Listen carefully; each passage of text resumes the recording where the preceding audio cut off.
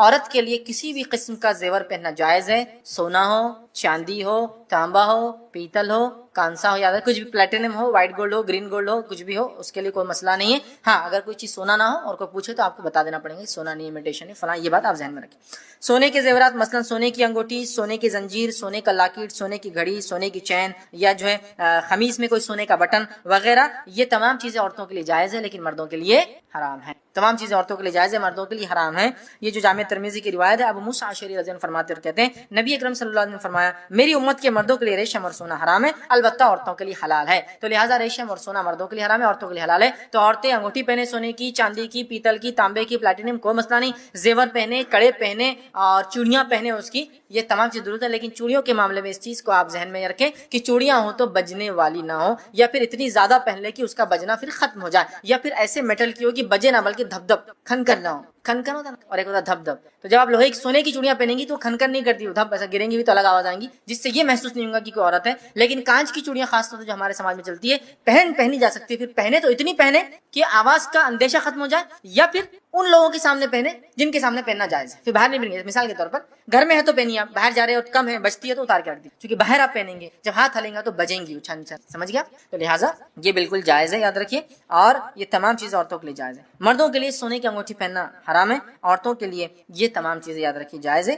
ابو ہریرہ رضی اللہ عنہ فرماتے ہیں، صحیح مسلم کی روایت ہے، نبی اکرم صلی اللہ علیہ وسلم نے فرمایا سونے کی انگوٹھی پہننے سے آپ صلی اللہ علیہ وسلم نے مردوں کو جو ہے منع کیا یاد رکھے، لیکن عورتیں کچھ بھی چیز سونے چاندی کی پہن سکتی ہے۔ لیکن ایک بات یاد رکھیے، اگر ہاتھوں میں کچھ سونا چاندی پہنتی ہے یا پیروں میں کوئی ایکسٹرا چیزیں سونے چاندی کی پہنتی ہے تو پھر اس کو ہاتھوں اور پیروں کو ڈھک کر باہر نکلنا، ٹھیک ہے؟ کیونکہ اب وہ زینت ہاتھوں پر آ گئی۔ اسی طرح زینت ہے، یاد رکھیں زینت ہاتھوں پر آ گئی، یاد رکھیے اس چیز کو ہم جو ہے ذہن میں رکھیں، اس کو چینج کرنا۔ اسی طرح شیخ بن باز رحمہ اللہ، شیخ صالح العثیمین رحمہ اللہ کی کچھ فتاوی موجود ہے جس میں انہوں نے کہا اگر ہاتھ پر مہندی بھی ہو تو یہ بھی زینت ہے، اگر عام اعتبار سے کھلا رہ جائے تو ٹھیک ہے، لیکن اگر مہندی ہو تو یہ بھی زینت ہے، اس کو چھپانا چاہیے۔ شیخ بن باز نے کہا اگر ہاتھ میں کچھ نہ لگا ہو تو کھلا رکھ سکتی ہے۔ شیخ صالح العثیمین رحمہ اللہ نے کہا ہاتھ میں کچھ لگا نہ بھی ہو تو ہاتھ ڈھاکی زیادہ بہتر ہے، اور اگر مہندی ہو پھر تو ضروری ہے، اس لیے کہ اب زینت ہے۔ اور اسی طرح اگر کچھ چیزیں پہنتی ہے ہاتھوں میں، انگوٹھی اس میں چین رہتی ہے جا کے چوڑی سے جڑ جاتی ہے، تو اب آپ کو ہاتھ بھی ڈھانکنا ہو۔ اور اگر گلوز نہ ہو تو وہ کہتے کوئی بات نہیں، آستین کو پکڑ لے، ایسا لے کر آستین کو باہر تک نکالے، ہاتھ کو اندر کر کے، ہوتا ہے نا آستین کو کر کے، آستین کو پکڑ لے تو پھر اس کا وہ حصہ چھپ جائے گا، ٹھیک ہے؟ تو اس بات کو عورتیں ذہن میں رکھیں۔ تو ان کے لیے کسی بھی قسم کی زینت، سونا چاندی، چاہے وہ کسی بھی میٹل کا ہو، اس میں کوئی مسئلہ نہیں آتا۔ اسی طرح عورتوں کے لیے گھنگرو والی چیزیں پہننا منع ہے، یاد رکھیے حرام ہے، چاہے ہاتھوں میں ہو پیروں میں ہو۔ پیروں ہمارے بہت سسٹم پازیب بولتے ہیں نا، گھنگرو پہناتے ہیں، اتنی تعجب خیز بات ہے، اتنی تعجب خیز بات ہے کہ ایک تو وہ ہوتا ہے جس سماج میں کسی کو علم نہ ہو، جیسا کہ مثال کے طور پر ایک مثال دے رہا ہوں اسے سمجھ، ہمارے پاس ایک کھانا بنتا ہے، گڑ اور کیری کو ڈال کر بناتے ہیں، کیا بولتے ہیں اس کو؟ گڑمبا، ہے نا؟ مراٹھی میں بہت مشہور ہے گڑمبا بنائے تھے۔ لیکن کیا آپ کو معلوم ہے آندھرا میں آپ گڑمبا بولیں گے تو گڑمبا شراب کو بولتے ہیں گڑمبا، کیونکہ وہاں عام کیری سے اور گڑ سے شراب بنتی، سمجھے آپ؟ تو انہوں نے تیلگو میں نہیں بلکہ مراٹھی لیا گڑمبا، مطلب سمجھ میں نہیں آیا، پتہ نہیں کیوں، یہ وجہ ہے تسمیہ کی اس کی وجہ، لیکن وہ شراب بناتے ہیں گڑ سے، اور اس کو کیا بولتے ہیں؟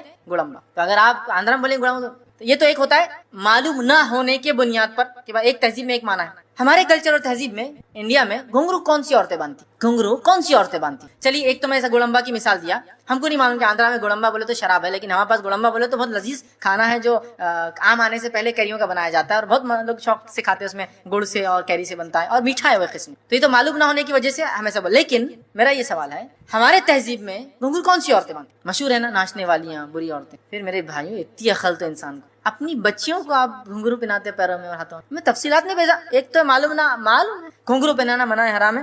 ابو داؤد کی روایت سنی الفاظ میں عائشہ رضی اللہ عنہا فرماتی ہے کہ میرے پاس ایک لڑکی آئی جس کی آواز دینے والی جو ہے گھنگرو پاؤں میں پہنی ہوئی تھی، آواز دے رہے ہیں اس کے پیر میں کچھ گھنگرو تھے جو آواز دے رہے تھے، بج رہے تھے، مطلب اگر گھنگرو میں آواز نہ ہو تو ٹھیک ہے پہننا، آواز ہوں گی تو نہیں پہن سکتے، پہننے والے تھے۔ حضرت عائشہ نے اس کی والدہ سے کہا اس کے گھنگرو کاٹے بغیر اسے میرے پاس آئندہ تم لے کے نہیں آنا، اگر یہ بچتے ویسے لائیں گے تو میرے پاس نہیں آنا لے کر اس بچی کو۔ تو وہ فرماتی ہے اور کہتی ہے نہیں لانا، اس لیے کہ اللہ کے رسول صلی اللہ علیہ وسلم میں نے فرماتے سنا جس گھر میں گھنٹی ہو اس گھر میں فرشتے داخل، اور گھنگرو بھی گھنٹی کی ایک قسم ہے۔ یہ ان لوگوں کے لیے بھی وعید ہے جو اپنے گھروں میں فیشن کے لیے گھنٹیاں لگاتے ہیں، گھنٹی نہیں لگا سکتے آپ، ڈور بیل لگائیے الگ بات ہے، بجانے گھنٹی نہیں، گھنٹی سے منع کیا، ٹھیک ہے؟ گھنٹیاں ہوتی ہیں نا، لگا نہیں سکتے۔ اسی طرح جو ہے جب عورت پاؤں میں گھنگرو پہنتی ہے تو رحمت کے فرشتے اس سے الگ ہو جائے۔ آئیے سنیے حدیث، نسائی کی روایت ہے، جو سالم رضی اللہ عنہ فرماتے اور کہتے ہیں کہ انہوں نے اپنے والد سے روایت کرا کہ نبی اکرم صلی اللہ علیہ وسلم نے فرمایا فرشتے ان لوگوں کے ساتھ نہیں رہتے جن کے ساتھ گھنگرو ہوتے. تو جو عورت گھنگرو پہنتی ہے اس کے ساتھ بھی فرشتے اس کے ساتھ ہی نہیں ہوتے جو گھنگرو پہنتے ہیں. ہمارے بچیاں پیدا ہوئی چھٹے دن چھٹی منا رہے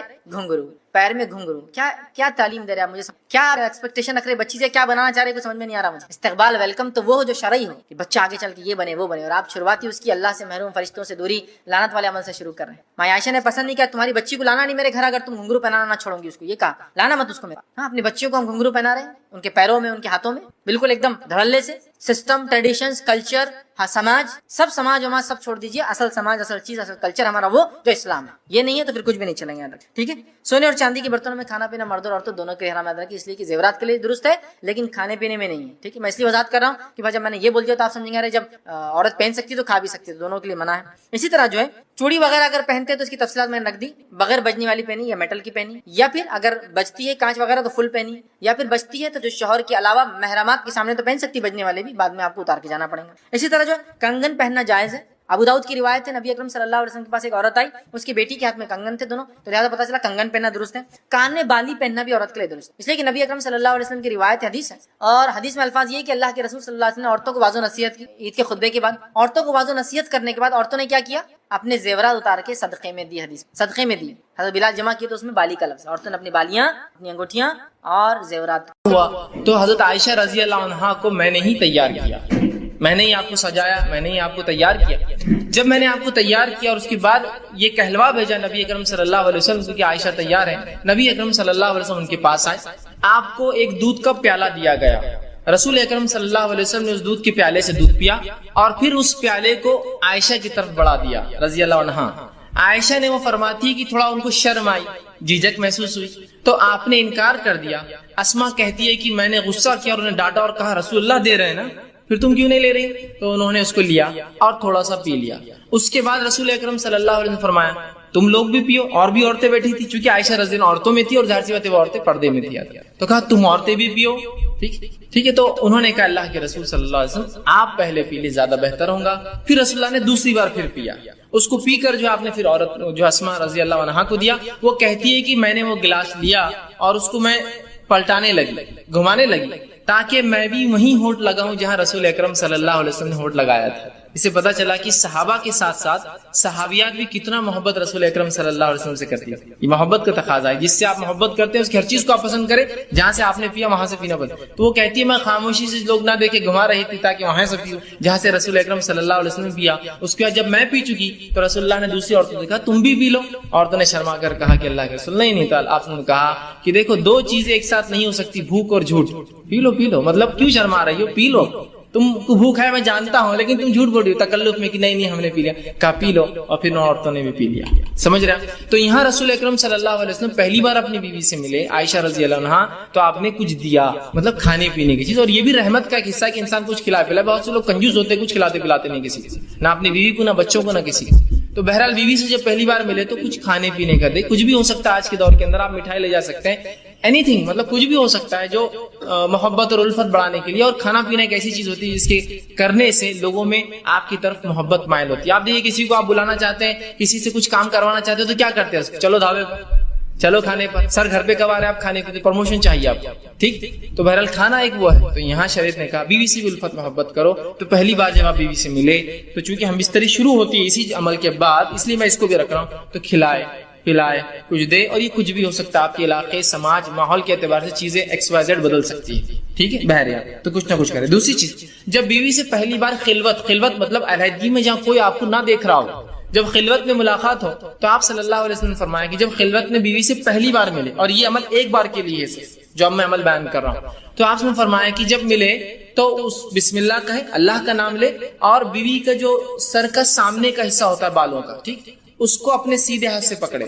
ٹھیک, سیدھے ہاتھ سے پکڑے, سامنے کا سر کا جو بالوں کا حصہ ہوتا ہے ان بالوں کو سیدھے ہاتھ سے پکڑے. ٹھیک ہے, لیکن تکلیف دینی, مطلب پکڑنا آپ ظاہر سے اگر جمے ہیں تو ہاتھ رکھے, کھلے ہیں تو پکڑنا اچھی بات ہے. آپ نے حدیث میں آتا آپ نے پکڑا اس کو, ٹھیک, یہ آپ کھول بھی سکتے, اس میں کیا مسئلہ, بہرحال. تو اس کو پکڑے, اور پکڑنے کے بعد اللہ کا نام لے اور ایک دعا کرے, جو کہ نبی اکرم صلی اللہ علیہ وسلم نے اس دعا جو ابو داؤد اور ابن ماجہ کی روایت ہے, یہ دعا کرے. اور یہ دعا صرف ایک بار کرنا ہے آپ کو, جب آپ خلوت میں پہلی بار اپنی بیوی سے ملیں گے, ہم بستری سے پہلے یاد رکھیں, اور یہ دعا کرے اللہم انی اسألک من خیرہا وخیر ما جبلتہا علیہ. اے اللہ میں تجھ سے اس کی خیر کا سوال کرتا ہوں، اور جس خیر پر تو نے اسے پیدا کیا اس خیر کا سوال کر. اور پھر فرمایا علیہ واعوذ بک من شرھا وشر ما جبلت علیہ، اور میں پناہ مانگتا ہوں تجھ سے اس کے شر سے، اور میں پناہ مانگتا ہوں تجھ سے اس کے شر سے اور اس شر سے جس پر تو نے اس کو پیدا کیا ہے. تو بہرحال یہ ایک بار دعا کرنا ہے. دیکھیے دعا کتنی دیکھیے اہم اور کتنی اچھی ہے کہ اللہ میں سوال کرتا ہوں تجھ سے اس کی خیر کا، اس خیر کا جس پہ تو نے اسے پیدا کیا ہے، اور اس خیر کا جسے پیدا کیا، اور تجھ سے پناہ مانگتا ہوں اس کے شر سے اور جس شر پہ تو نے اس کو پیدا کیا ہے. یہ پہلی بار آپ کریں گے. اس کے بعد اب جب ہم بستری کا ارادہ کرتے ہیں تو اس سے پہلے آپ ایک اور دعا کریں گے.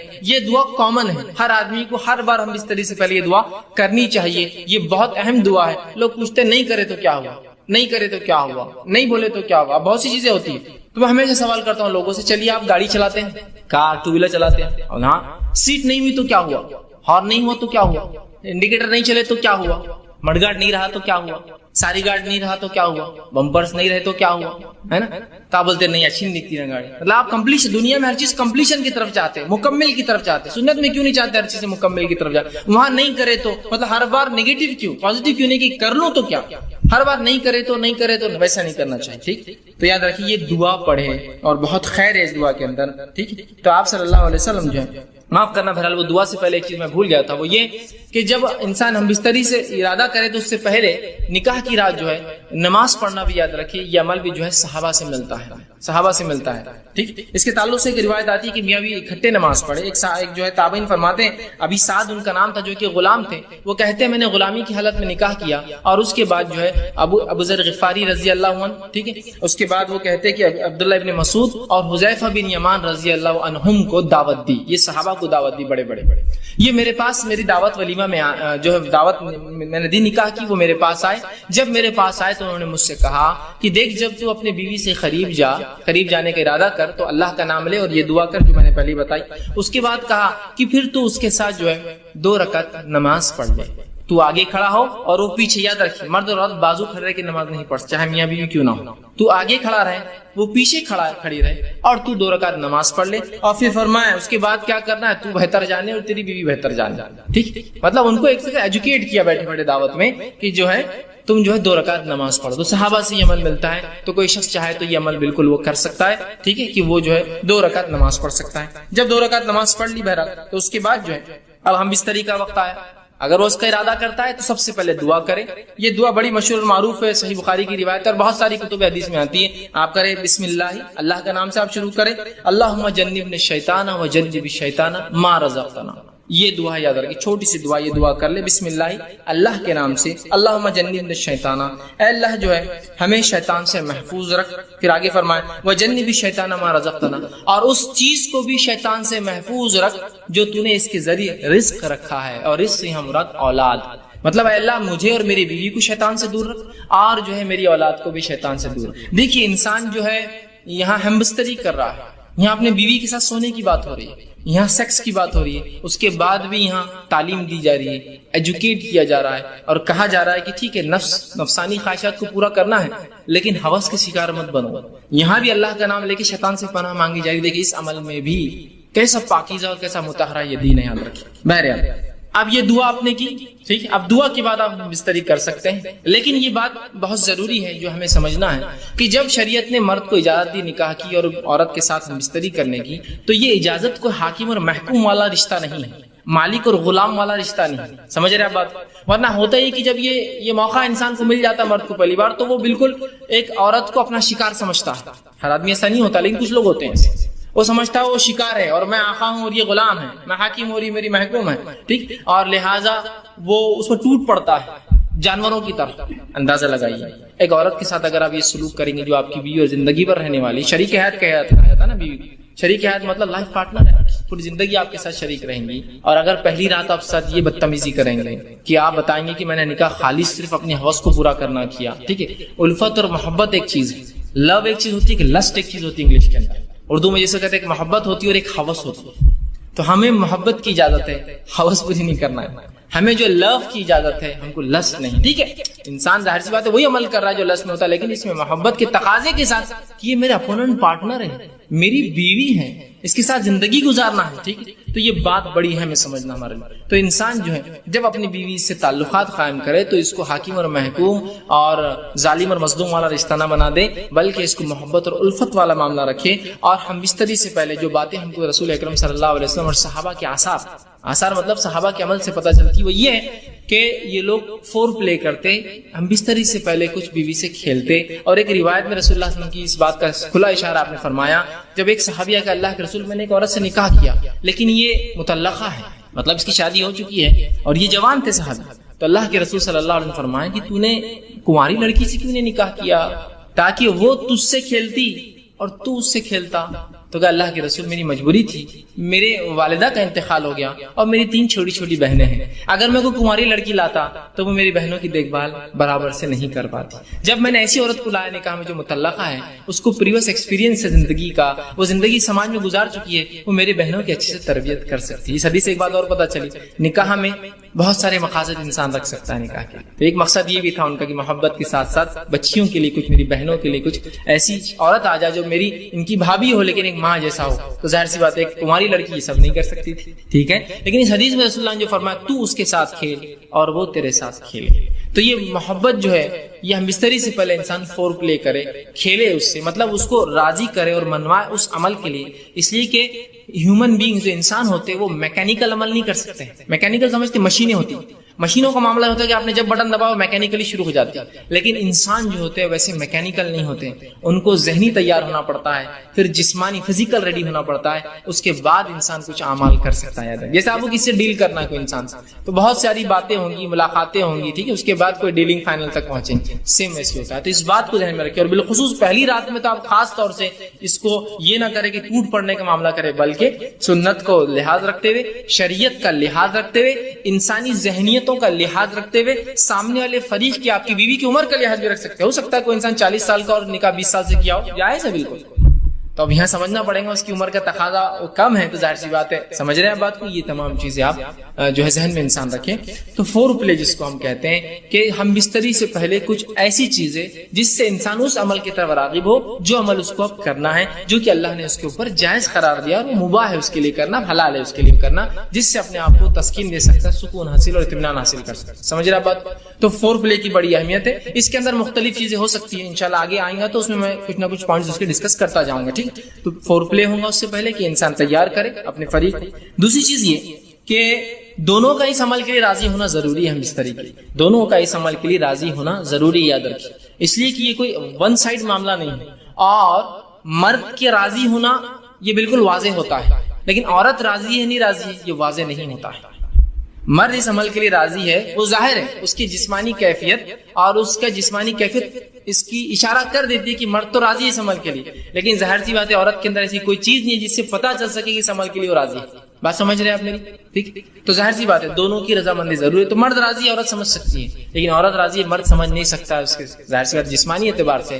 تو اس کو اس معاملے میں تیار کرنا ہوگا، اس کو اس معاملے میں پوچھ سکتے ہیں آپ، اس کو اس معاملے میں اس کی بھی حامی لے سکتے ہیں آپ. اور حامی اس کا ہاں ہر بار زبان سے بولنا نہیں ہے، کچھ باتیں آپ سمجھ سکتے ہیں جس کا ہاں ہوتی ہے، سمجھے نا، انسان کی آنکھوں کے اشارے، جسمانی ہوا جس سے انسان سمجھ سکتا ہے کہ اس کا معنی ہاں ہے.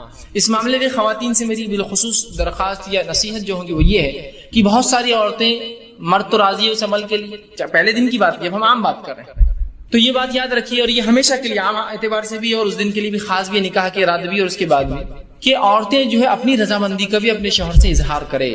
اگر وہ یہ نہیں کرتی تو بہت ساری طلاق کی صرف یہ وجہ بنتی ہے کہ وہ کہتا ہے کہ میری بیوی میں سے کبھی راضی نہیں، آج تک اس نے ایک بار بھی مجھ سے جو ہے محبت کی بات نہیں کہی یا محبت کے لیے خود راضی نہیں ہوئی. تو عورتوں کو بھی اس معاملے میں آگے حصہ لینا پڑے گا بڑھ کر، چونکہ یہ ایک ایسی چیز ہے جس میں صرف مرد شامل نہیں ہے. اگر عورت اپنا حصہ نہیں رکھیں گی تو مرد کے لیے، میں معاف کرنا الفاظ اگر میرے سخت لگ رہے ہو تو، لیکن سمجھیے اس بات کو، مرد کے لیے صرف آپ ایک کھلونا ہو جائیں گے، اس کے علاوہ آپ کی کوئی حیثیت نہیں باقی رہے گی. حضرت رسول اللہ کیا فرما رہے ہیں کہ تو اس کنواری سے نکاح کرتا تو وہ تجھ سے کھیلے اور تو اس سے کھیلے. دیکھیے الفاظ غور کیجیے حدیث کی، دونوں کے لیے کہا، یہ نہیں کہا کہ تو اس سے کھیلے، وہ تجھ سے کھیلے اور تو اس سے کھیلے. تو یہاں رسول اللہ صلی اللہ علیہ وسلم اشارہ کر رہے ہیں کہ اگر کنواری ہوتی تو وہ تجھ سے کھیلتی، مطلب وہ ایک پارٹ بنتی اس گیم کا، وہ اس کھیل کے اندر تیری حصے دار بنتی، شریک بنتی. تو یہ باتیں، یہ بہائی، اب دیکھیے بہت سی بات میں سمجھتا ہوں شوہر کے ساتھ کمرے میں رہ کے بھی آپ بے حیائی کا سوچیں گے تو میں سمجھتا ہوں آپ کوئی تقاضے باقی نہیں رہے. یہاں بے حیائی کچھ نہیں ہے، آپ کا شوہر ہے وہ، یہ آپ کو سمجھنا پڑے گا.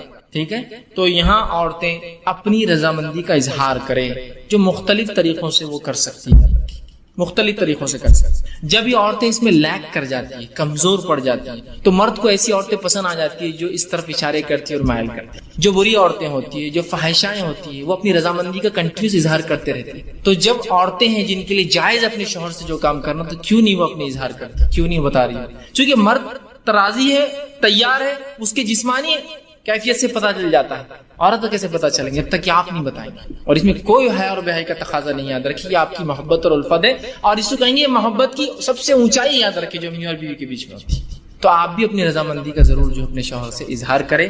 ٹھیک ہے، ورنہ اکثر طلاقوں کی وجہ یہ بنتی ہے کہ بیوی، شوہر کا دعویٰ ہے کہ بیوی نے آج تک فلاں نہیں کیا، اور پھر وہ الزام لگاتا ہے اس کا سیکس کمزور ہے، یا اس کی قوت باہ اس میں نہیں ہے، اور فلاں نہیں ہے اور فلاں نہیں ہے. تو وہ سب طرف کیوں جا رہے ہیں؟ شریعت نے آپ کو بتا دیا، رسول اللہ صلی اللہ علیہ وسلم کہہ رہے ہیں. اور ظاہر سی بات ہے ہر چیز کھول کر باہر کرنا ضروری نہیں. کیا اتنا کافی نہیں تو اس سے کھیلے اور وہ تجھ سے کھیلے، اتنا کافی نہیں ہے ہمارے لیے سمجھنا؟ کیا اور وضاحت چاہتے ہیں آپ پوری چیز کا، پورا پکچر دکھانا چاہتے ہیں؟ کیا یہ بتائے تو ہم کو سمجھ میں آئیں گے؟ نہیں، اشارہ کافی ہوتا ہے. اور مومن کے لیے تو اشارے بہت زیادہ کافی ہوتے ہیں. عقل مند کو اشارہ کافی ہوتا ہے. لوگ کہتے ہیں، میں کہتا ہر مومن عقل مند ہوتا ہے، اور اس کو اپنے نبی اور شریعت کے ہر اشارے کافی ہو جاتے ہیں، وہ سمجھ جاتا ہے واقعی کیا ہے. تو عورتوں کو بھی اشارہ اس حدیث کے اندر. بہرحال آگے بڑھی. اب انسان جو ہے جمع کیسے کرے، یہ تو پہلے کا ہوا، اور کچھ باتیں نکاح کے لیے خاص اور کچھ عام تھی. اب نکاح کی رات بھی ہو سکتی ہے اس میں انوالو، اور ادر زندگی کا اور حصہ جہاں میاں بیوی ہم بستری کرنا چاہتے. اب جمع کیسے کرے؟ جمع سے مراد، جب میں الفاظ کہہ رہا ہوں تو شرمگاہ کا جمع ہونا اور ملنا اس سے مراد ہے میرا، یاد رکھیں. ٹھیک ہے کہ انسان اب جمع کیسے کرے، اس کے تعلق سے بہت ساری غلط فہمی ہوتی ہے. انشاءاللہ آج اس کے ازالے کرنے کی کوشش کروں گا. اب انسان اپنی بیوی سے کیسے جمع کر سکتا ہے؟ آئیے اللہ رب العزت کا جواب اپنی کتاب، اس کی کتاب میں جس نے دیا، اس سے ہم شروع کرتے ہیں. اللہ رب العزت فرماتا اور کہتا ہے سورہ بقرہ سورہ نمبر 2 آیت نمبر 223، اور فرماتا ہے نساء حرث لکم فاتوا حرثکم ان شئتم. کہ اللہ فرماتا اور کہتا ہے تمہاری عورتیں تمہارے لیے کھیتیاں ہیں، اور تم جس طرح سے چاہو اپنے کھیتیوں میں آؤ. تمہاری عورتیں تمہارے لیے کھیتیاں ہیں. جیسا ایک کسان اپنے کھیت میں بیج ڈالتا ہے تاکہ اس سے فصلیں نکلے، تو تمہاری بیویاں تمہاری اولادوں کی پیدا ہونے کی وجہ ہے نا، اس کے بغیر کیسا ہو؟ تو تم جو ہے اللہ رب العزت فرما رہا ہے کہ تم جو ہے پھر جہاں سے چاہو وہاں سے اپنے بیویوں میں داخل ہو. ٹھیک. اب اس کے تعلق سے کیا واقعہ آتا ہے اس کے شان نزول میں رکھ دیتا ہوں، تو وہ پہلی بات بالکل انشاءاللہ جو آیت ہے وہ واضح ہو جائیں گی، کلیئر ہو جائیں گے. آئیے جو ہے صحیح بخاری کی روایت ہے، جابر رضی اللہ عنہ فرماتے اور کہتے ہیں یہودی جو ہے یہ بات کہا کرتے تھے کہ آدمی اگر اپنے بیوی سے شرمگاہ میں اگلے حصے میں جہاں سے اولاد پیدا ہوتی ہے، ٹھیک ہے، وہاں اگر ہم بستری پیچھے سے کھڑے رہ کر کرے، پیچھے ہو کر کرے بیوی کے، سمجھ رہے آپ بات کو، کہ اپنے بیوی سے صحیح جگہ مطلب شرمگاہ کا اگلا حصہ اس میں ہم بستری کرتا ہے جہاں سے اولاد پیدا ہوتی ہے، لیکن پیچھے سے کھڑے رہ کر کرتا ہے، تو اس سے اولاد بھینگی پیدا ہوتی ہے. مطلب آنکھیں اس کی سکوئن جس کو کہتے ہیں، مطلب آنکھ ڈھلتی ہوئی یا دونوں آنکھ ڈھلتی ہوئی ہوتی ہے، بانگا جس کو عام زبان میں کہتے ہیں. ٹھیک ہے، یہ بھینگا جس کو، تو ویسا پیدا ہوتا ہے. جب یہ بات صحابہ تک پہنچی تو صحابہ نے رسول اللہ سوال کیا، اللہ کے رسول، یہودی کہتے ہیں کہ ایسا اگر کرنے سے بچہ بھینگا پیدا ہوتا ہے، سکوئنٹ ہوتی ہے اس کی آنکھیں، ڈھلتی ہوئی ہوتی ہے، خراب ہوتی ہے، دونوں بیچ میں آ جاتی ہے. تو آپ صلی اللہ علیہ وسلم نے اس کے جواب میں اللہ رب العزت نے یہ آیت نازل کی. جب یہ آیت نازل ہوئی تو آپ نے فرمایا اور کہا آگے سے یا پیچھے سے مگر مقام پیدائش میں. آپ نے کیا کہا؟ آگے سے یا پیچھے سے لیکن مقام پیدائش میں. سمجھ رہا؟ مطلب جہاں سے اولاد پیدا ہوتی ہے وہیں انسان کر سکتا ہے، اس کے علاوہ کرنا حرام ہے. انشاءاللہ اس کی تفصیلات آگے رکھوں گا کیا حرام ہے اس معاملے میں. ٹھیک ہے، تو چاہے انسان آگے سے ہو پیچھے سے ہو لیکن مقام پیدائش. آئیے دوسری روایت، عبداللہ ابن عباس رضی اللہ عنہ فرماتے ہیں، یہ ابو داؤد کی روایت، آپ نے فرمایا تھوڑی طویل روایت ہے لیکن بہت ساری باتیں علم کی اس میں آ رہی ہے اس روایت کے اندر، بالخصوص اس مسئلے کے تعلق سے. وہ کہتے ہیں مدینہ میں انصار جو ہے یہودیوں کی اتباع کرتے تھے، کیونکہ انصار تو مشرک تھے، ان کے پاس کوئی عقیدہ نہیں تھا یہ تو، لیکن اہل کتاب کو یہ بڑا اونچا سمجھتے چونکہ وہ کتاب کے حامل لوگ تھے، تو ہر چیز میں وہ یہودیوں کو فالو کرتے، حتیٰ کہ یہودی اپنے بیویوں کو چت لٹاتے، مطلب چہرہ اوپر اور عورت لیٹی ہے, اور اس کے بعد ہم بستری کرتے, تاکہ اس سے کیا ہوتا ہے, سطر کے لیے بھی اچھا ہے. انسان جب مرد لیٹ جاتا ہے عورت پہ تو پوری ڈھک بھی جاتی ہے, تو طہارت کے لیے بھی اچھا ہوتا ہے, اور سطر پوشی کے لیے بھی خامہ کا زیادہ سطر کھلتا نہیں ہے, اچھا ہوتا ہے. تو یہودی صرف اس پوزیشن کو, اس طریقے کو حلال مانتے تھے. چونکہ انصار رسول اللہ صلی اللہ علیہ وسلم کے آنے سے پہلے, اسلام سے پہلے ان کو دیکھتے تھے, ان کو فالو کرتے تھے, اس معاملے میں بھی یہودیوں کو فالو کرتے تھے کہ نہیں یہودی بول رہے تھے اہل کتاب ہے, ان کے پاس ایک دین دھرم تھا جو اللہ کی طرف سے آتا, لہٰذا ان کو فالو کرنا چاہیے, تو اس معاملے میں ان کی بھی اتباع کرتے تھے. عبداللہ ابن عباس رضی اللہ عنہ فرماتے لیکن ہم جو مہاجر تھے, ہم مکے والے لوگ, مکے کے جو لوگ تھے, وہ مختلف قسم سے اپنے بیویوں سے تعلقات قائم کرتے, آگے سے پیچھے سے لٹا کر, ہاتھوں پہ ان کو کھڑے کر کے, مختلف چیزوں سے, اور جنس کی جو ہے ہم بستری کی لذتیں اٹھایا کرتے تھے. لیکن جب مہاجر مدینہ پہنچے اور انصاریوں سے نکاح شروع کیا, اور جب ایک مہاجر نے ایک انصاری عورت سے نکاح کیا, اور نکاح کرنے کے بعد جیسا ان کا طریقہ تھا کہ وہ مختلف انداز سے, مختلف طریقوں سے صحیح جگہ ہم بستری کرتے, مطلب شرمگاہ میں اگلے حصے میں کرتے, جب اس نے ڈیمانڈ کیا اس شخص نے, تو اس انصاریہ نے کہا ہم تو صرف ایک طریقہ اپناتے. اس عورت نے, وہ بھی صحابیہ تھی, وہ ہے چت لیٹنا اور تم اوپر سے رہو. اس نے کہا ایسا کیوں, ہم تو مختلف چیزیں کرتے ہیں, جس کو عام زبان میں بہرحال آسن کہتے ہیں, لوگ بہرحال سمجھتے ہیں آسن کہتے ہیں, اس کو شاید سنسکرت کا لفظ ہے, یہ ہندی کا لفظ ہے, بہرحال تو ہم تو مختلف کرتے ہیں. تو انہوں نے کہا نہیں میں تو یہ کرنے نہیں دوں گی. جھگڑا بڑھ گیا, اس نے کہا میں تو ایسے ہی کروں, اس نے کہا ہمارے پاس یہ طریقہ نہیں, اور بات رسول اکرم صلی اللہ علیہ وسلم پہنچ گئی, اور پھر یہ آیت نازل ہو گئی, تمہاری بیویاں تمہاری کھیتی ہے, تم جہاں سے چاہو. مطلب جو مہاجر کر رہے تھے صحیح کر رہے تھے, مختلف پوزیشنز ہو سکتے ہیں, لیکن اگلے حصے میں صرف پیدائش کے حصے میں انسان کر سکتا ہے. تو یہ روایت میں بہرحال بہت ساری باتیں آ گئی, اور بہت ساری باتوں کا جواز ہمیں مل گیا ہے. آگے آئیے, اب اس معاملے میں جو ہے انسان جمع جو کرے, ہم بستری کرے, تو لیٹ کر سکتا ہے. لیٹنے میں جتنی پوزیشنز ہو سکتی ہے وہ استعمال کر سکتا ہے. شرط ایک ہی ہے, وہاں انسان اپنی شرمگاہ کو داخل کرے, عورت کی شرمگاہ میں جہاں سے اولاد پیدا ہوتی ہے, ٹھیک ہے, وہی ایک جگہ ہے. دوسرا بیٹھ کر سکتا ہے, جتنی پوزیشن ہو سکتی ہے اس کے لیے, شریعت نے اس سے کوئی ممانعت کا اظہار نہیں کیا, لیکن سب سے بہترین پوزیشن اولاد کی پیدائش میں اور اس میں سازگار ہونے میں وہی ہے جو عورت کو لٹا کر کرے, اس لیے کہ اس میں سیدھا مرد کی شرمگاہ اوپر سے ہوتی ہے, اور اولاد کی پیدائش کے چانسز زیادہ ہوتے ہیں اس میں, بہرحال ٹھیک. اس کے بعد بیٹھ کر جتنے طریقے ہو سکتے ہیں, جتنی پوزیشن ہو سکتی ہے, جس میں میں جو بتا رہا ہوں بات آپ سمجھ رہے ہیں کہ شرمگاہ مرد کی عورت سے ملے اور سامنے کے حصے میں آپ کے لیے جائز ہے. اسی طرح کھڑے رہ کر جو کچھ ہو سکتا ہے, اس میں کوئی ممانعت نہیں ہے. کراہت ہو سکتی ہے, ناپسندگی ہو سکتی ہے, لیکن ممانعت کسی میں بھی نہیں, حرمت کسی میں بھی نہیں. بیٹھ کر, لیٹ کر, کھڑے رہ کر کچھ بھی ہو سکتا ہے. ابھی بات کا ازالہ میں کر دوں, بہت سے لوگوں نے عجیب عجیب باتیں لکھ دی, اللہ ان پر رحم کرے, جس کی وجہ سے امت کو خواہ ایسی مشکلات اور تکلیفوں میں ڈالا جو شریعت نے نہیں دی, کہ کھڑے رہ کر کرے تو اولاد لنگڑی پیدا ہوتی ہے, بیٹھ کر کرے تو اولاد فلاں پیدا ہوتی ہے, پیچھے سے کرے. آج بھی میں کہہ رہا ہوں کہ اگر کوئی لڑکا بہنگا آ جاتا ہے جس کی آنکھیں اسکوئن تو اس کی آنکھیں برابر نہ ہو, تو عورتیں اس کو دھکا دے کے ہستی مجلس میں, ان کے ماں باپ نے کیا کرے تھے دیکھو بچہ. آج بھی میں کہہ رہا ہوں, کیسی عجیب بات ہے. شریعت کلیریفیکیشن دے رہی ہے, قرآنی آیتیں نازل ہو رہی ہے, اس کے بعد بھی کہ ہماری عقل, اب عقلوں کا کیا بھائی, علم کی کمی ہی یہ سب چیزوں کی وجہ ہے. لا علمی جو نقصان پہنچاتی ہے نا, وہ کوئی چیز, کوئی ہتھیار, کوئی دشمن آپ کو جو نقصان نہیں پہنچائیں گے نا, آپ کی اور ہماری لا علمی اسلام کے تعلق سے نقصان پہنچائے. بہرحال تو کوئی پوزیشن اختیار کر سکتی, کوئی ممانعت کسی بھی پوزیشن کی ثابت نہیں ہے, ٹھیک. اسی طرح سیکنڈ چیز, ہم بستری کے اندر بیوی کو چومنا اور بوسہ لینا جسم کے ہر حصے کو جائز ہے. تمام اعضاء کو چومنا یا بوسہ لینا آپ کے لیے جائز ہے. اس کے مختلف طریقے ہو سکتے, وہ تمام جائز ہے.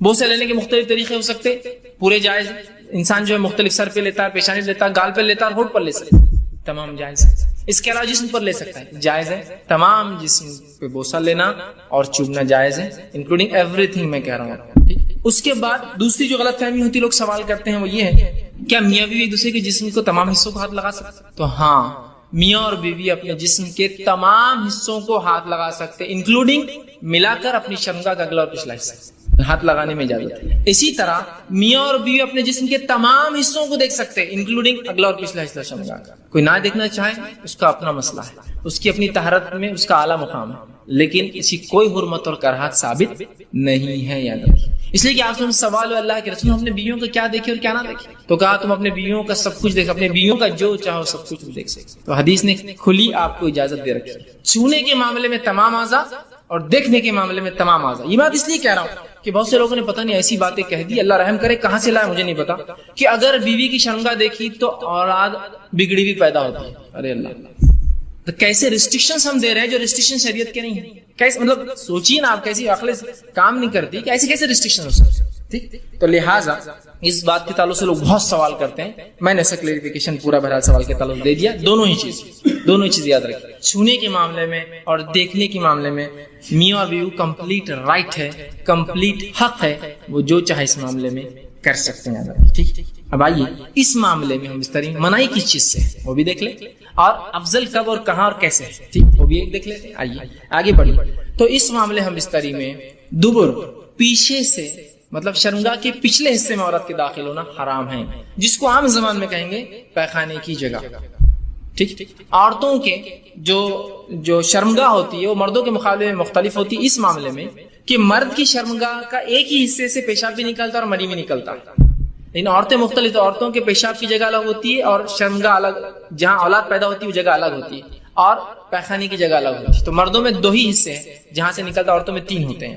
تو یاد رکھیے مرد کے لیے عورت کی جو ہے شرمگاہ کے علاوہ کوئی بھی عمل کرنا درست نہیں, اور بالخصوص دبر کی تو حرمت شریعت اتنی سخت ثابت کی. مسند احمد کی روایت جو ہے ام سلمہ رضی اللہ عنہ فرماتی ہے, جب مہاجرین انصار کے پاس مدینہ آئے تو ان کی عورتوں سے جو ہے شادیاں رچائی. مہاجر عورتوں کو زمین پر لٹا کر یا ان کے ہاتھ کو زمین پر رکھ کر گھٹنوں کے بل ان کو کر جمع کرتے تھے, فائدہ اٹھاتے تھے. مہاجرین میں سے ایک آدمی نے انصار کی عورت سے نکاح کر لیا اور ارادہ کیا کہ ویسے ہی کام کرے جیسا وہ ان کے پاس چلن تھا کرے. تو اس نے انکار کر دیا اور کہا جب تک رسول اکرم صلی اللہ علیہ وسلم پوچھ کر نہیں آؤں گی عمل نہیں کرنے دیں گے. اس نے کہا ٹھیک ہے جا پوچھ کر آ جا. وہ عورت صبح ہونے کے بعد رسول اکرم صلی اللہ علیہ وسلم کے پاس پہنچی. جب خدمت میں پہنچی تو بڑی شرم آئی, کیسے پوچھوں کیسے پوچھوں. تو ام سلمہ رضی اللہ عنہا جو آپ کی بیوی تھی ان سے کہا کہ ذرا آپ رسول اللہ سے پوچھ دیجئے نا کہ یہ عمل کیا جائز ہے.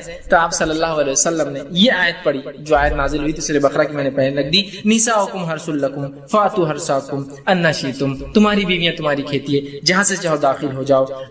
جو ہے اور وہ آگے اللہ کے سوا نہیں مگر ایک ہی جگہ مقام پیدائش کا داخل ہو, لیکن نہیں مگر ایک ہی جگہ مقام پیدائش. اس سے پتہ چلا دبر میں داخل ہونا, پیخانے کی جگہ یا انال سیکس جس کو کہتے ہیں, شریعت میں حرام ہے, اور اتنا سخت حرام ہے کہ اس کی حرمت کے تعلق سے 3 ہی حدیثیں رکھتا ہوں آپ کے سامنے. پہلی حدیث آپ نے فرماتے ترمذی اور ابن حبان کی روایت آپ نے فرمایا اور کہا اللہ تعالیٰ ایسے آدمی کی طرف نہیں دیکھیں گا یا دیکھنا گوارا نہیں کرے گا جو اپنی بیویوں سے دبر میں جمع کرتا تھا, پیخانے کی جگہ جو ہے جمع کرتا تھا. اس کی طرف دیکھنے والا نہیں, اللہ کا مطلب اللہ کا نہیں دیکھنا مطلب اللہ کا رحم نہیں کرنا. دوسری روایت ابو داؤد کی روایت آپ سے فرماتے وہ آدمی ملعون ہے, اللہ کے نزدیک لعنتی ہے, فرشتوں کے نزدیک لعنتی ہے, انسانوں کے نزدیک لعنتی ہے, جو فرماتے ہیں جو محاش یعنی دبر میں عورت کے داخل ہو. دوسری روایت. تیسری روایت بہت سخت ہے, آپ سے فرماتے ہیں نسائی کی روایت آپ نے فرمایا جس آدمی نے حائضہ عورت سے ہم بستری کی, جس آدمی نے اپنے بیوی سے دبر میں دخل کیا, اور جس آدمی نے یا عورت نے جو ہے کسی کاہن کے پاس جایا, نجومی کے پاس گیا اور اس کی بات کی تصدیق کی, ہاں یہ تو صحیح کہہ رہا ہے, اس نے اس چیز کا انکار کیا جو محمد پر نازل ہوئی, مطلب وہ شریعت کا منکر ہے, وہ کافر ہے. اب لا علمی میں سمجھتا ہوں کتنے لوگ یہ گناہ کر چکے ہیں اپنی زندگی. لوگوں کو لگتا ہے یہ تو کوئی بات ہی نہیں, روٹین آف لائف ہے. ٹھیک, لا علمی کتنی خطرناک ہو سکتی, سمجھ رہے ہیں کہ اس نے اس چیز کا انکار کیا جو محمد پر نازل ہوئی. وہ منکر شریعت ہے, اسلام کا منکر آدمی جو دبر میں داخل ہوتا. ہم کو معمولی لگتا ہے, شریعت نزدیک بہت سنگین جرم, تو علم بہت ضروری ہے ہر معاملے میں. بہرحال ٹھیک, تو یہ تینوں روایت بہرحال اس چیز کی وضاحت کر رہی تھی کہ تحریم دبر ہے. اس کی انٹینس, اس کے نقصانات بہت لمبے ہیں. تو کم از کم 2 خاندان اور کم از کم 1 جنریشن برباد ہوگی جو آ رہی ہے. شادی میں بچے ہو گئے, اختلافات جاری رہے, اور اس کے بعد توڑ ٹکڑا ہو گئے, جھگڑے ہو گئے, کیسز ہو گئے, تو 1 جنریشن تو ایٹ لیسٹ ویسٹ ہوتی ہے. تو شیطان کی ظاہر سی بات ہے جب چیلوں کو تبا رہا ہے کسی عمل پر, تو عمل چھوٹا نہیں ہوگا, معمولی ہوگا, مذاق نہیں ہوگا, بڑا اتنا ہوگا, تبھی سمجھ رہا. تو یہ کیوں ہو رہا ہے, یہ جھگڑے, یہ بچوں کی تربیت برابر ہے, اور گھر کے شرابہ, خاندانوں میں مسئلہ, اور حالات اس لیول تک ہے. جناب 15-20 دن کی آپ اس سے کہاں چلے گئے, عمرہ چلے گا, کیا بولے, سمجھ رہے ہیں. PCR 90 ہو گیا, 17 دن کے کسی نے بیل کیا, 15 دن ہو کے آ گئے. تو اور یہ ایک دم کامن، بلکہ اس حد تک ہے، اس شعبے سے تو میرا خود کا تعلق ہے، اس لیول تک ہے کہ آپ کو کیا کہوں، مسلم ایریا کے اندر لوگ آنا چاہتے ہیں، تبادلے لوگ کرواتے ہیں، کیا میں ڈیٹیلز، کیونکہ مسلمان اپنے اس سے بہت ڈرتا ہے، وہ 98 کو ڈال دیں گے تو یہ نہیں چاہیں گے ایسی گھر کی عورت وہاں تک جائے، لہٰذا اس کچھ کریں گے تاکہ، تو آپ اندازہ لگائیے ہمارے ڈیوز ہے 100 کیسز ہمارے بنتے ہیں سب کورٹ کے اندر، تو میری بات لکھ لیں 70 صرف میاں بیوی کے اختلاف میں، 70 چوری بھی ہوتی ہے، مرڈر بھی ہوتا ہے، ریپ بھی ہوتا ہے، مسلمانوں کا پرسنٹیج بہت کم ہے، لیکن 70% کیسز اور صرف میاں بیوی کے اختلاف کے، تو ٹاپک مثالی میاں بیوی ان کے لیے نہیں، یہ ٹاپک پورے معاشرے اور سماج یا ان کے لیے جو شادی شدہ ہے یا ان کے بھی جو غیر شادی شدہ ہے، جن کی ظاہر کی شادی ہوں گی، اگر وہ مثالی جو ہے وائف ہسبینڈ نہیں بنیں گے تو پرابلمس ہونے والے، سماج میں برائیاں اور بڑھنے والی ہے، اتنے فساد اور ہونے والے، لہٰذا اس کی ضرورت ہے، بلکہ میں تو یہ کہوں گا کہ جب دو لوگ نکاح ہونے والا ہے ان کی کاؤنسلنگ کی جائے پہلے اور پھر نکاح کیا، اور صرف شادی نہیں ہونا، کاؤنسلنگ ایسی کی جانا چاہیے کہ وہ شادی کر رہے ہو، شادی کے بعد تمہاری ذمہ داری ایز اے ہسبینڈ میاں کے طور پر، ایک شوہر کے طور پر کیا ہوں گی، ایک پتی کے طور پر کیا ہوں گی، اور تم ایک پتنی کے طور پر، ایک وائف کے طور پر، ایک بیوی کے طور پر تمہاری ریسپیز کیا ہوں گی، اس کا مزاج کیا ہے، تمہارا مزاج کیسا ہے، لڑکی کا مزاج یہ ہوتا ہے، لڑکے کا مزاج یہ ہوتا ہے، تم ایک نئے گھر میں جاؤں گی، وہ لڑکی ایک نئی گھر میں آئیں گی، کو یہ برداشت کرنا پڑے گا، آپ کو یہ لے کر چلنا پڑے گا، یہ کاؤنسلنگ کی جائے، اور جس طرح سے ملنے کی جائے کہ یہ شادی ہے، اسی وقت ان کی یہ بھی کاؤنسلنگ کی جائے کہ سپریشن کیسا ہو، ضرورت پڑی تو جب ہم کسی جگہ انٹری لیتے ہیں تو ایگزٹ بھی معلوم ہونا چاہیے، ضروری نہیں آپ اس کو استعمال کریں، جب گاڑی لیتے ہیں اسٹیپنی ہونا چاہیے، ضروری نہیں آپ اس کو کبھی چلائیں، جب گھر بناتے ہیں فائر ایکسٹنگشن لگا ہوا ہوتا ہے تو 20 سال میں ایک بار اور 50 سال میں زندگی بھر پھینکنے میں جاتا ہے، نیا لایا جاتا ہوتا ہے، ان کیس ضرورت پڑتی ہے تو یہ بھی کاؤنسلنگ کا پارٹ کی شادی نکاح ہے، اس کی کاؤنسلنگ میں طلاق کیا ہو ایکسپلین کیا جائے تاکہ اگر ایڈجسٹ کرنا پڑے اس کا بھی طریقہ معلوم، بہرحال لیکن مسئلہ یہ ہے نہ شافی وہ بتا رہا ہے کہ کیا کیا ہمارے نوجوان مرد اور ہمارے لڑکیاں جو سوچ میں بتاتا ہوں ان کی سوچ یہ کہ ابا نے امی کے ساتھ کیا جو میں ویسا بننا ہے، مجھے سمجھ، لڑکیوں کی سوچ کیسا ہے، امی نے ابا کو اتنا دبا کے رکھا آج تک میرے کو ایسی ویسی بننا ہے، جا کے یہی سوچ لے کر آ رہا ہے، مطلب کون کس پہ غالب آتا، جاتے ہی پہلا کون کرتا وہ اپنے کو پلان کرتا، پہلا شوق دینا ہے ایک دم کڑی دیں گی، یہ کرو بھائی کے نام یہ کروں گی، ساس کو دبا دوں گی، ادھر ہی پلاننگ میری شادی ہوگی، اب جاتے کو دبا دیں گی، اس نے ایسا کر کے دیکھ جاتے تھے ننندوں کو تو اکھاڑ کے پھینکنے کرنا، وہ ایسی فلاں ایک شادی میں ناک پہ چور کے فلاں فلاں ایسا اس کو بھی لوگ بول رہے تھے بلا رہا لاتے بھی ایسا سلوک کرنا، بس ایک بالکل بڑھیا بالکل اتنا کو رکھنا ہے، یہ بھی پلاننگ ری پلاننگ بول لے گی، کیونکہ دونوں کے پاس کوئی رول ماڈل، انہوں نے نبی اکرم صلی اللہ علیہ وسلم کو ایز اے ہسبینڈ نہ لڑکوں نے دیکھا نہ عورتوں نے، ہماری امت کو ایز اے وائف کبھی دیکھا بیوی کیسی ہونا چاہیے، دونوں کے ایگزامپلس کچھ اور ہی، یہ الگ بات ہے اگر واقعی ان کے والدین اور ان کے شادی شدہ لوگ قرآن و سنت پہ ہے اور وہ مثالی میاں بیوی ایک الگ بات ہے، ان کو بھی لیا جا سکتا ہے، وہ مثالی نہیں ہوتے عام طور سے، نالج نہیں ہے اسلام اور دین کا، میں الزام نہیں لگا رہا اسی پر، لیکن یہ حقیقت ہے، آپ سمجھ رہے بات، تو لہٰذا آپ نے جس کو ایگزامپل بنایا مردوں میں اور عورتوں میں وہ ایکچوئل ایگزامپل، تو مثالی معاشرہ کیسے بنے گا جب مثالی لوگ جو مل رہے ہیں وہ مثالی نہیں ایگزامپلری نہیں ہے، تو آپ کیسے سوچتے ایک معاشرہ جس میں صحابہ جیسے لوگ پروان چڑھے اور تابعین لوگ پروان چڑھے اور دین بن کے تھے، وہ تب تک نہیں ہو سکتا جب گھر میں امن نہ ہو، اور گھر میں امن تب تک نہیں ہو جب کہ دونوں کو اپنے اپنے رائٹس اینڈ ڈیوٹیز نہ معلوم ہو، کیا حقوق ہے اور کیا ذمہ داریاں ہیں، رائٹس اور ڈیوٹیز بھی ہے نا، ایک تو حق ہے ساتھ میں ذمہ داری ہے، رائٹس ہے ڈیوٹیز ہے، تو رائٹس ایک آدمی کی ادارے کا جو مینیجر ہے اس کی ڈیوٹیز ہے تو اس کے رائٹس بھی ہے، مطلب اس کی ذمہ داریاں کے حقوق بھی ہے، کام کچھ نہیں کرے گا تو اس کو رکھنے والا ہے، بتائیے آپ ڈیوٹیز اینڈ رائٹس دونوں چلتے ہیں ہاتھ میں ہاتھ ملا کر، تو ہمارے پاس یہ کہ رائٹس کی تعلیم تو دی جائے، ذمہ داریاں حقوق اپنے اپنے سب جتا رہے ہیں، معلوم حدیث کیا آتا شوہر کا، ہاں حدیث میں ہے کہ اگر سجدہ کرنے کا حکم ہوتا کسی کو تو میرے کو ہوتا، مطلب بیوی کو سمجھا رہا ہے، جب شوہر کو ہوتا میرے ہی ہے، تو اپنے حق بتا رہے ہیں، لیکن اپنی ذمہ داری وہ مقام آپ کی بیوی ملا، شوہر کے لیے وہ خرچ کرتا ہے، لاتا ہے، محنت کرتا ہے، مشقت کرتا ہے، سب کچھ قربان کرتا ہے، وہ دنیا کی کو رائٹس دی گئے، یہ بتایا گیا کہ اگر سجدہ کرنے کو حکم دیتا، آپ فرماتے دیا نہیں دیتا تو دیتا کہ شروع کرے سجدہ تعظیم، مجھے وہ ہوتا، اب ٹاپک تو ہم نے دے دیا، بہت سارے